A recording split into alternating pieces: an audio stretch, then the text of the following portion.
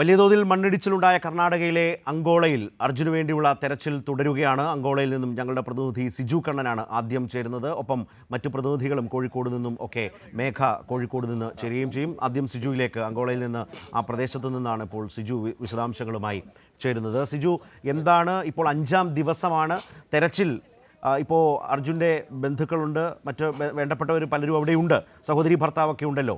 കഴിഞ്ഞ 4 ദിവസമായി കണ്ടതും ഇപ്പോഴത്തെ ഒരു അവസ്ഥയും തെരച്ചിൽ നേരിട്ട് ബോധ്യപ്പെടുന്നതുമായ കാര്യങ്ങൾ, പുതിയ സംവിധാനങ്ങൾ ഈ തെരച്ചിലിന് വേണ്ടി റഡാർ അടക്കം ഇന്ന് ഉപയോഗപ്പെടുത്തുമോ? പൊതുവായ വിവരങ്ങൾ എന്തൊക്കെയാണ്?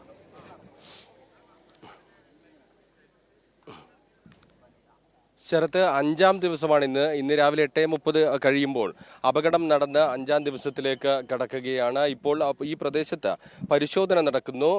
4 ദിവസങ്ങൾക്ക് നിന്ന് വ്യത്യസ്തമായി ഇന്ന് അത്യാവശ്യം കാര്യക്ഷമമായ രീതിയിലുള്ള പരിശോധനയിലേക്ക് കാര്യങ്ങൾ കടക്കുന്നു എന്നാണ് ഈ മണിക്കൂറുകളിൽ നമുക്ക് പറയാൻ സാധിക്കുന്നത്. ഇന്ന് അല്പസമയം മുമ്പ് റഡാർ ഉപയോഗിച്ചുള്ള പരിശോധനയ്ക്കുള്ള ഉപകരണങ്ങൾ ഇവിടെ എത്തിച്ചിട്ടുണ്ട്. സൂറത്കൽ IIT-യിൽ നിന്നുള്ള വിദഗ്ധ സംഘമാണ് ഇതുപയോഗിച്ച് പരിശോധന നടത്തുക.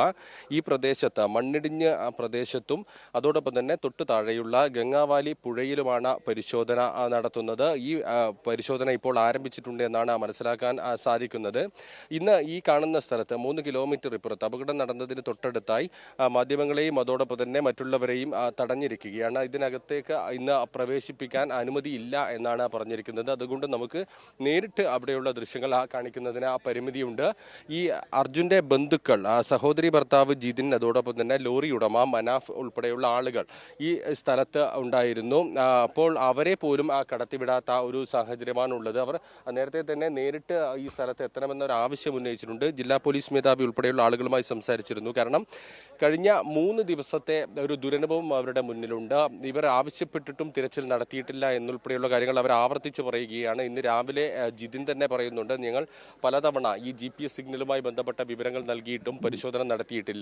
അത്തരമൊരു ദുരനുഭവം മുന്നിലുള്ളത് കൊണ്ട് തന്നെ നമ്മളെ നേരിട്ട് അങ്ങോട്ട് പ്രവേശിപ്പിക്കണം, നേരിട്ട് കാര്യങ്ങൾ കണ്ടാൽ മാത്രമേ ഇവർക്ക് പൂർണ്ണതോതിൽ ഇവിടെ തെരച്ചിൽ നടക്കുന്നു എന്ന് വിശ്വസിക്കാൻ കഴിയൂ എന്നുൾപ്പെടെയുള്ള കാര്യങ്ങളാണ് അവർ പറയുന്നത്. ഈ ലോറിയുടെ ഉടമ മനാഫും ഇപ്പോൾ ആ സ്ഥലത്തുണ്ട്, അതോടൊപ്പം തന്നെ ഇവരുടെ ബന്ധുക്കളും സ്ഥലത്തുണ്ട്. ഇതിനപ്പുറത്തേക്ക് പ്രവേശിക്കാൻ കഴിയുന്നില്ല. ഏതായാലും ആ പരിശോധന നടന്നുകൊണ്ടിരിക്കുകയാണ്. കഴിഞ്ഞ ദിവസം മെറ്റൽ ഡിറ്റക്ടർ ഉപയോഗിച്ചുള്ള ഒരു പരിശോധനയാണ് പ്രദേശത്ത് നടത്തിയിരുന്നത്. എന്നാൽ അത് പരാജയപ്പെടുന്ന ഒരു സാഹചര്യമാണ് ഉണ്ടായത്. കാരണം 2.5 മീറ്റർ ആഴത്തിൽ മാത്രമേ ഈ പരിശോധന കൊണ്ട് ഗുണമുണ്ടാകൂ, എന്തെങ്കിലും വസ്തുക്കൾ ഉണ്ടെങ്കിൽ കണ്ടെത്താൻ കഴിയൂ എന്നുള്ളതാണ്. അതുകൊണ്ട് അത് പരാജയപ്പെട്ട സാഹചര്യത്തിലാണ് കൂടുതൽ സൗകര്യങ്ങൾ, നൂതനമായ സംവിധാനങ്ങൾ ഉപയോഗിച്ചുകൊണ്ടുള്ള പരിശോധനയിലേക്ക് കിടക്കുന്നത്.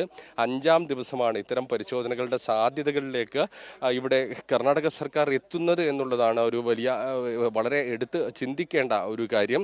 4 ദിവസവും ഇത്തരം പരിശോധനകളുടെ സാധ്യതകളൊന്നും തന്നെ കർണാടക സർക്കാർ ഉപയോഗിച്ചിരുന്നില്ല. പ്രത്യേകിച്ച് ഇന്നലെ രാവിലെ 10 മണി മുതൽ കേരള സർക്കാരിൽ നിന്നുള്ള സമ്മർദ്ദം മുഖ്യമന്ത്രി അതോടൊപ്പം തന്നെ മന്ത്രിമാരുടെ നേതൃത്വത്തിൽ കർണാടക സർക്കാരുമായി ചർച്ച ചെയ്തതിന് ശേഷമാണ് ഇത്തരത്തിലൊരു പരിശോധനയിലേക്ക് കാര്യങ്ങൾ കടന്നത് എന്ന് ഇവരുടെ ബന്ധുക്കളും അതോടൊപ്പം തന്നെ ഈ ലോറി ഉടമയും അതോടൊപ്പം തന്നെ അവരുടെ സഹപ്രവർത്തകരും, അർജുന്റെ സഹപ്രവർത്തകരും എല്ലാം തന്നെ പറയുന്നുണ്ട്. ഏതായാലും കഴിഞ്ഞ കാര്യങ്ങൾ തൽക്കാലത്തേക്ക് മാറ്റി വെച്ച് നിൽക്കാം. ഇപ്പോൾ പ്രതീക്ഷയോടെ ഈ തിരച്ചിലിനെ കാണാം.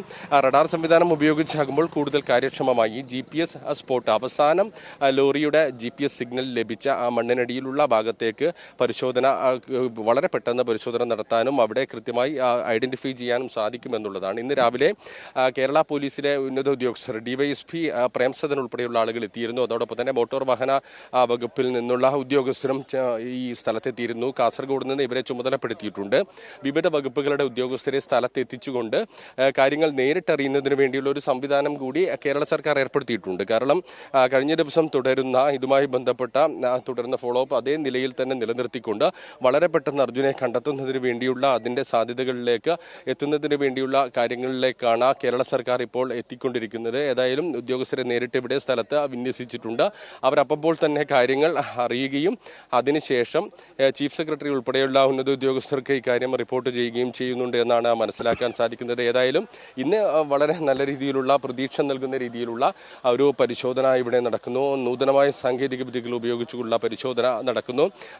നേരത്തെ ഗതാഗത വകുപ്പുമായി ബന്ധപ്പെട്ട് മോട്ടോർ വാഹന വകുപ്പുമായി ബന്ധപ്പെട്ട് ഉദ്യോഗസ്ഥർ സംസാരിച്ചപ്പോൾ പറഞ്ഞത് ഒരു 100 മീറ്റർ ദൂരത്തിൽ മണ്ണ് നീക്കിയാൽ ഈ വാഹനമുള്ള സ്ഥലത്തേക്ക് എത്താൻ കഴിയുമെന്നാണ് പ്രതീക്ഷിക്കുന്നത്. ഏതാണ്ട് ഉച്ചയോടുകൂടി തന്നെ ഈ സ്ഥലത്തേക്ക് എത്തിപ്പെടാൻ കഴിയുമെന്ന ഒരു പ്രതീക്ഷയാണ് അവർ പങ്കുവെക്കുന്നത്. പക്ഷേ അത് എത്രത്തോളം സാധ്യമാകുമെന്നറിയില്ല. 6 മീറ്ററിലധികം ഉയരത്തിൽ മണ്ണ് കുമിഞ്ഞുകൂടി കിടക്കുകയാണ്. വലിയ പാറക്കല്ലുകൾ കുമിഞ്ഞുകൂടി കിടക്കുകയാണ്. ഈ പ്രദേശത്തിൻ്റെ ഒരു പ്രത്യേകത, ഒരു വശത്ത് വലിയൊരു കുന്നാണ്. ഈ നിർമ്മാണം പൂർണ്ണമായും പൂർത്തിയാകാത്ത ഒരു ദേശീയപാതയാണ്. ആ സ്ഥലത്ത് പാറക്കല്ലുകൾ ഇടിച്ചുകൊണ്ട് ഈ വലിയ കുന്നിൻ്റെ ഒരു വശത്തു കൂടിയാണ് ഈ ദേശീയപാത ഉണ്ടാക്കിയിരിക്കുന്നത്. ഈ ദേശീയപാതയുടെ മറ്റൊരു വശത്ത് ഗംഗാവാലി പുഴയാണ്. ഈ ഗംഗാവാലി പുഴയും ഇതും നിൽക്കുന്ന ഭൂമിശാസ്ത്രപരമായി അപകട സാധ്യതകളുള്ള ഒരു മേഖലയാണ്. ആ സ്ഥലത്താണ് ഈ അപകടം സംഭവിച്ചത്. കഴിഞ്ഞ ദിവസങ്ങളിൽ ശക്തമായ മഴ ഈ മേഖലയിലുണ്ടായിരുന്നു.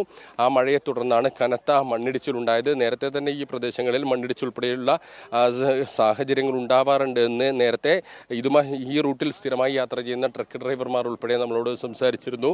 അതോടൊപ്പം ഈ അപകടം നടന്ന സ്ഥലത്ത് കൂടുതൽ ആളുകൾ ഉണ്ടാകാൻ സാധ്യതയുണ്ട്. രാവിലെ ചരക്ക് ലോറി ഡ്രൈവർമാരും അതോടൊപ്പം തന്നെ ദീർഘദൂര യാത്രക്കാരും എല്ലാം തന്നെ വിശ്രമിക്കുന്ന ഒരു സ്ഥലമാണ് ഇത് എന്നാണ് പറയുന്നത്. ഈ സ്ഥലത്ത് ഈ സമയത്ത് രാവിലെ 6 മണി മുതൽ ഒരു 8 മണി വരെ ഉള്ള സമയത്ത് കൂടുതൽ ആളുകൾ ഉണ്ടാകാൻ സാധ്യതയുണ്ട് എന്നുൾപ്പെടെയുള്ള കാര്യങ്ങളാണ് പറയുന്നത്.